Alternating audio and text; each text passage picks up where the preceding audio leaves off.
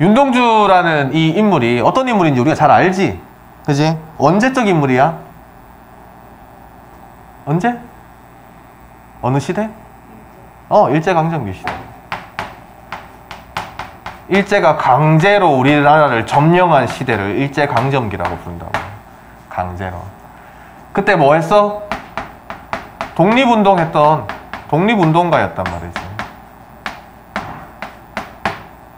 일제강점기 때 일본의 동경에 유학을 갔었거든. 그때 시를 굉장히 많이 썼어. 유학 시절에. 이게 시를 감상할 때 쌤이 아까 배를 매며 설명하기 전에 시어의 의미를 어떻게 해서 이해하고 그 발생한 의미들을 내가 구성해서 전체적인 이야기를 만들어내는 과정이 가장 기본적이고 중요한 거라고 얘기했잖아. 그지? 근데 그렇지 않은 방식도 가능하거든. 그게 뭐냐 하면 어떠한 시적 경향이 뚜렷한 사람들이 있어. 시적 경향이 뚜렷한 사람. 그러니까 그 시인이 쓴 시들은 대체로 그런 내용, 이런 시인들이 몇몇 있거든. 이런 시인들은 좀 더 편하게 접근할 수 있단 말이지. 그게 뭐냐 하면 여기에 쌤이 적어 놓은 것처럼 시인이 어떤 시대에 살았느냐를 기준으로 시를 감상한다거나 아니면 시인이 어떤 사람이었다라는 걸 기준으로 그 시를 접근하는 방법이 있어. 이게 거의 뚜렷한 시인들은 이렇게 접근해도 된다는 거지. 이게 때로는 아주 편하지만 때로는 좀 위험할 수 있거든. 그러니까 윤동주가 쓴 시라고 해서 모든 시가 다 부끄러움을 느끼고 조국 광복에 대한 의지가 드러나는 시들은 아니란 말이야. 근데 우리가 수능 시험이나 학교 시험 문제에서 만날 때 교과서에서 보는 윤동주 시들은 대체로 다 그런 시거든. 대체로. 쌤이 아까 처음에 얘기했잖아. 해석의 다양성이 존재하는 이 시문학에서 문제를 내고 풀게 만들려면 그 범위를 좁혀줄 수밖에 없다고, 출제자들이. 그 범위를 좁히는 첫 번째가 보기라는 거지, 보기. 그러니까 만약에 보기에 윤동주에 대해서 이런 내용들이 만약에 나오잖아. 그러면 이 보기가 우리한테 알려주는 거야. 야, 지금 내가 오른쪽 방향지시등 켰어. 깜빡깜빡. 오른쪽으로 따라와. 이렇게 가르쳐 주는 거야. 그럼 우린 따라가면 돼. 오른쪽이야 라고 하는데 아니야. 시는 시어의 의미부터 파악해야 돼. 이러고 있을 필요는 없다는 거지. 어떤 시인들? 시적 경향이 뚜렷한 시인들. 윤동주의 시들은 대체로 부끄러움의 정서가 드러나. 대체로 암울한 현실을 인식하고 그 암울한 현실을 극복하고자 하는 의지를 드러내는 시들이 대부분이에요. 그 얘는 이렇게 접근을 해도 큰 무리가 없다는 거지. 이해되나? 이해되지? 특히 보기에서 이렇게 유도를 해줄 때 따라가면 돼. 전적으로 믿고 따라가는 거야. 알겠지?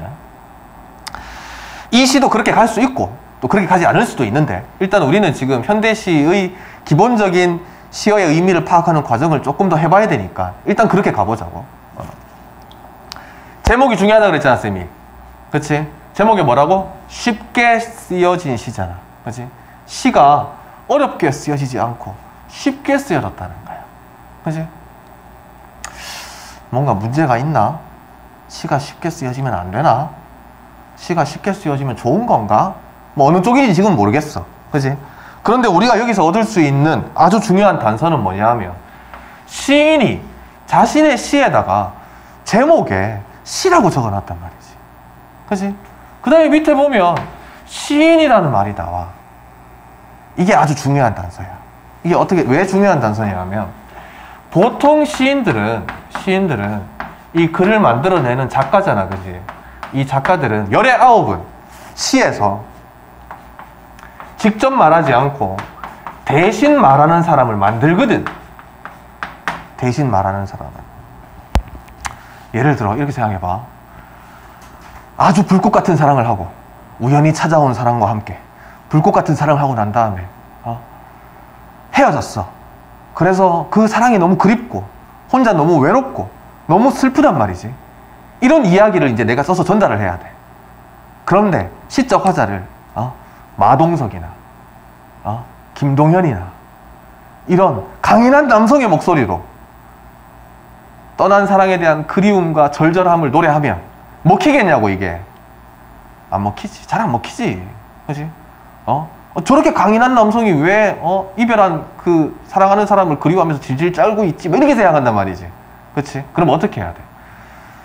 떠난 사랑에 대한 그리움과 애절한 심정을 드러낼 때는 나약한 존재를 설정해야지. 그치? 강인한 남성보다는 섬세한 여성의 목소리가, 뭐 그렇다고 해서 뭐 여자들이 항상 늘 이별 후에 슬퍼하고 그리워하고 이게 잘 어울린다는 게 보다는, 그게 시적 화자로 이 독자들로 하여금 더 많은 공감을 이끌어낼 수 있잖아. 그치? 그럴듯하게 느껴져야 된단 말이지. 그래서 시인들은 보통 자기가 드러내고자 하는 이야기에 잘 어울리는 시적 화자들을 늘 만들어내거든. 만들어내. 좀 순수한 이야기를 하고 싶을 때에는 어린아이를 시적 화자로 만드는 경우도 있고, 강인한 의지를 보여주고 싶을 때에는 강인한 남성의 모습을 보여줄 때도 있고, 그렇단 말이야. 그런데 제목에도 시라고 적혀 있고 시인이란 말이 안에 나오잖아. 그러면은 얘는 그게 없는 거야. 그게 없다는 말은 뭐야? 이 시는 시적 화자가 곧 자기 자신 시인이란 얘기야. 이 말은 무슨 말이야? 독립운동가란 얘기야.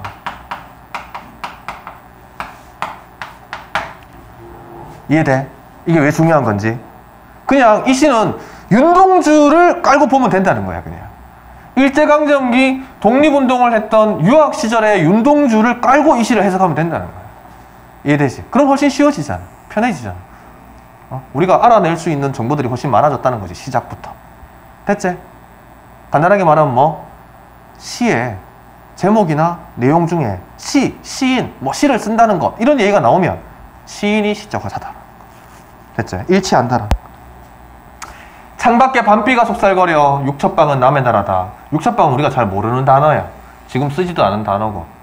그냥 방이야, 방. 어떤 방? 일본식 방이야. 일본 가본 사람 있나? 최근에 가봤지? 가봤지? 일본식 방 어떤 건지 알아?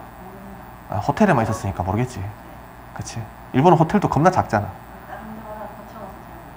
아, 그래? 쌤이 처음에 일본을 가고 싶었는데, 이제 일본을 좀 가볼까? 라고 생각했을 때, 그때부터 이제 반일 뭐 이래가지고 분위기가 아니길래 못 갔는데, 그러다가 코로나가 터지고. 일본은 1박 2일로도 갈 수 있거든. 당일로도 갈 수 있어. 아침에 대구공항에서 비행기 타고 뭐 나리타나 아니면은 그 뭐 후쿠야마 이런데 가면, 후쿠시마는 가면 안 되지. 거기 가면 죽는 거고. 그치? 그런 데 딱 떨어지면 1시간이면 가거든. 비행기 타고. 비행기 값도 싸. 그래서 몇몇 관광지 돌아다니고 맛있는 거 좀 먹고 저녁에 비행기 타고 돌아오면 돼. 서울 가는 것보다 훨씬 더 빨리 왔다 갔다 할 수 있지. 그치? 그래서 한번 가볼까 했었는데 언제 가겠다, 그지? 일본 지금 코로나 되게 심각하다잖아. 그치? 그래서 어떤 사람들은 되게 좋아하더라고. 우리하고 일본이 좀 감정이 좀 오래된 그 쌓인 감정이 있지. 그치? 옛날에 우리를 너무 많이 괴롭혔으니까 그게 쉽게 안 잊혀진다고. 교과서에도 있었고 이런 시들 우리가 보여주는 거거든. 잊지 말라고. 그건 그거고, 또 일본은 또 일본이다 뭐 이렇게 생각하는 사람들도 있어. 그래서 일제는 일제고 지금의 일본은 일제가 아니다 이렇게 얘기하는 사람들도 있거든. 그건 뭐 자기 개인적인 생각이니까 뭐라 할 건 아니고. 뭐 학교에서는 애들 왜 막 데상트 이런 옷 입고 다니면 애들이 와가지고 야 매국노 막 이러잖아. 그래서 친일 파야 막 이런단 말이야. 그래서 그런 거 맞나? 우리가 지금 일본을 배척해야 되는 게 맞나? 맞는 것 같아?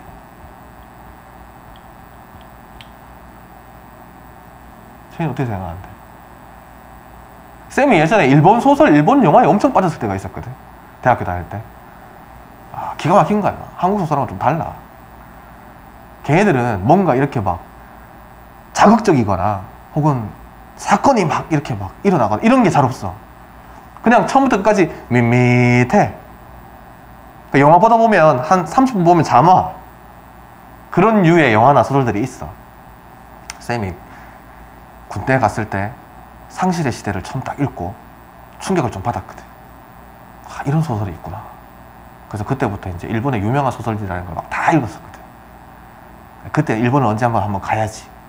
그리고 그 소설이나 영화에 나오는 그 유명한 몇몇 실제 그 장소들이 있거든. 거기 한번 가봐야지 막 이랬었거든. 친일파인가? 친일파?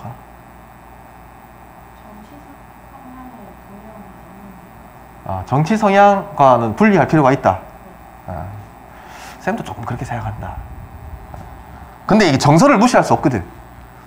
우리 대다수의 정서를 무시할 수는 없거든. 지금 막, 이 일본 제품 막 불매운동 하는데 나 혼자 가서 유니클로에 가가지고 막 사진 찍어서 SNS 올리고 이럴 수는 없잖아. 욕먹는다고. 일본식 방이야. 다다미 방이라고. 이렇게 판때기를 짜가지고 밑에 마루처럼 이렇게 붙이는 거야. 우린 마루를 이렇게 가늘고 긴 판때기로 붙이잖아. 걔네들이 이렇게 정사각형 판때기로 붙이거든. 그런 방을 일본식 방, 다다미 방, 육첩방이라 그래요. 창밖에는 지금 연상하라 그랬지. 쌤이 항상 시든 소설이든 보면 연상하라 그랬단 말이에요. 연상. 그럼 위에 그림을 그려야지. 창밖에는 지금 밤이야. 비가 부슬부슬 내리고 있어. 마치 속삭이는 소리가 들리는 것처럼. 그지? 그리고 내가 있는 곳은 일본식 방인데 여기는 남의 나라야. 윤동주라고 생각하면 된다 그랬지? 그치? 시인이란 슬픈 천명인 줄 알면서도 천명이라는 건 하늘이 나에게 준 운명이야. 하늘이 나에게 준 운명이야. 쉽게 말하면 운명이야. 시인은 어떤 운명이다? 슬픈 운명이라는 거지. 그걸 나는 알고 있어. 이미 알고 있는 거야. 그래도 나는 어떻게 하겠다고? 시를 한번 적어봐야 되겠다라는 생각이 든 거지. 시인이 왜 슬픈 운명이라고 생각했을까? 우리가 짐작을 좀 해야 돼. 추리해보자고. 일본에 있는 윤동주가 자기는 시인이라고 생각하는데 스스로가 시인은 슬픈 운명을 타고난 사람이다 라고 생각한다는 거지. 자기에 대한 인식이 그렇다는 거야 지금. 시인은 슬픈 사람이다. 슬플 수밖에 없는 사람이다라고 지금 얘기하고 있는 거지. 슬픈 운명이라고 얘기하고 있으니까. 왜 그럴까? 왜 그런 거지? 돈을 못 벌어서? 시인들 굶어 죽거든. 아니 죽진 않지. 돈을 못 벌어. 조금 더 있으면 알게 돼. 조금 더 읽어보면. 내가 지금 답을 얘기해 줄 필요는 없을 것 같아. 땀내, 땀 냄새지, 그지? 땀 냄새. 누구의 땀 냄새일까?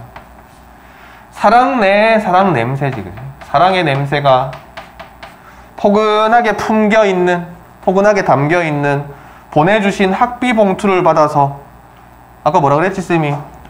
일본에 유학 중이라 그랬잖아. 그치? 누가 보냈을까? 학비 봉투. 부모님이 보냈겠지. 그치?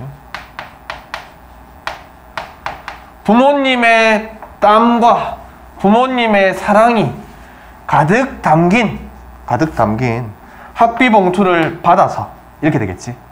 그치? 그러니까 자식 공부시킨다고 열심히 일해가지고 사랑하는 마음을 담아서 학비를 보낸 거지. 그걸 받아서 대학 노트를 끼고 늙은 교수의 강의를 들으러 간다. 왜 하필 젊은 교수도 아니고 늙은 교수일까? 너희들도 학교에 보면 선생님들 중에 나이가 좀 있는 선생님도 있고 좀 젊은 선생님도 있잖아, 그지? 나이가 좀 있는 선생님들은 어때 보면 대체적으로 다 그렇지는 않지만 수업을 이렇게 좀 편안하게 하시는 편이지, 그치? 그 젊은 선생님들처럼 막 앞에서 소리 지르고 막 이렇게 잘 안 하잖아, 그치? 읽어봐. 그러고 끝나는 쌤도 있어, 그치? 이렇게 생각하면 돼. 우리는 늙은 선생님, 늙은 교수에게서 수업을 듣는데 뭔가 신선하고 혁신적인 수업을 듣게 될까? 그럴 가능성이 클까? 그렇지 않을 가능성이 더 크겠지. 그치? 이미 기성세대란 말이야, 이 사람은. 기성세대란 말은 이미 어느 정도 그 모양이 갖추어져 있어. 뭔가 변화가 있는 수업은 아니라는 거지. 그치? 이걸 왜 여기서 적어서 표현을 하는지는 같이 좀 이따가 이해를 해보면 납득이 돼. 강의를 들으러 간대. 생각해보면 강의 들으러 가면서 생각을 해보는 거야. 어렸을 때 동무들, 친구들 하나 둘 모두 다 잃어버리고 친구들 다 어디 갔지? 왜 다 잃어버렸지? 시대를 생각해보라고. 시대를 생각해보면 전쟁 중이잖아. 지금 일제는 전쟁 중이었단 말이지. 그지? 조선 청년들을 막 잡아가. 전쟁터에 군인으로도 잡아가고, 그 다음에 일 시키려고 저기 섬나라 같은 데 가가지고 막 무기 막 만들고 비행기 만들고, 징용이라 그러지.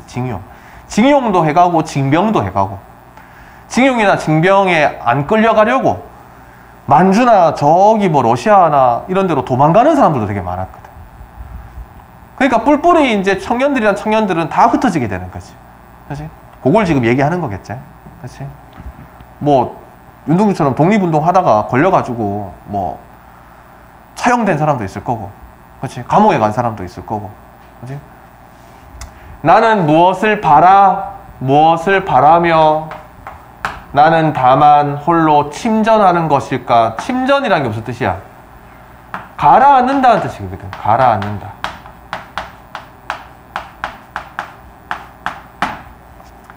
요런 게 너희들은 앞으로 이제 어떻게 이해하면 되냐?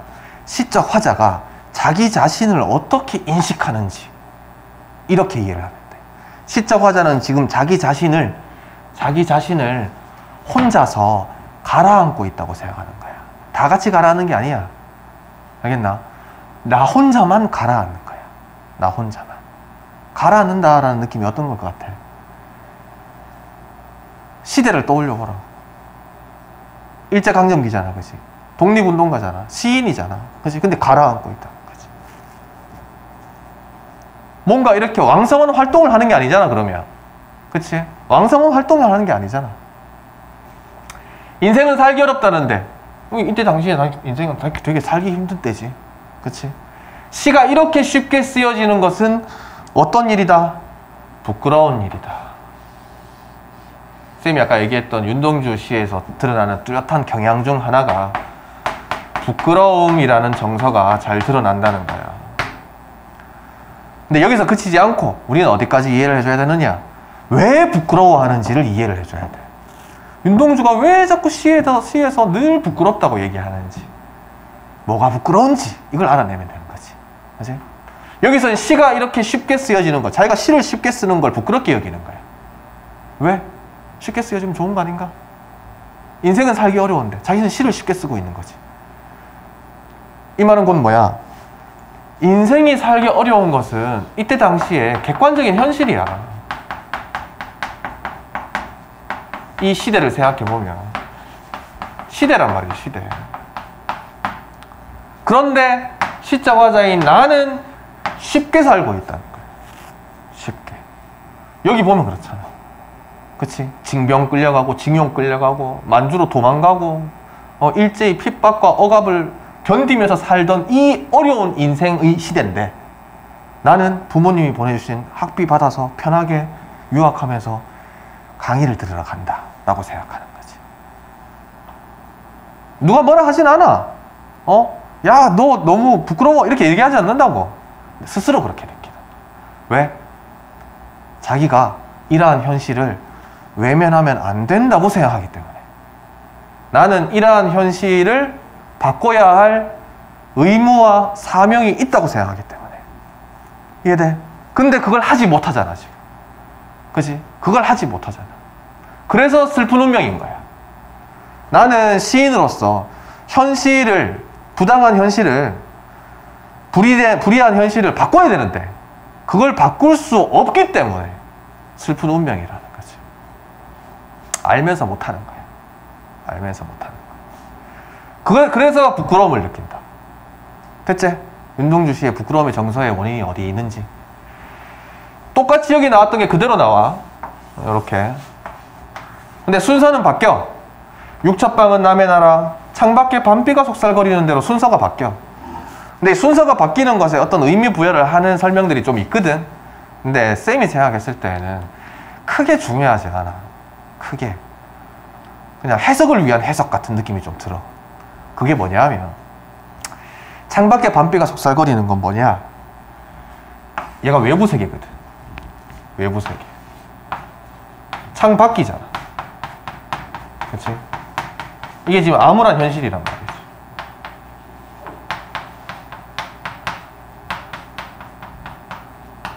이 암울한 현실을 뒷받침해주는 시야가 뒤에 있지.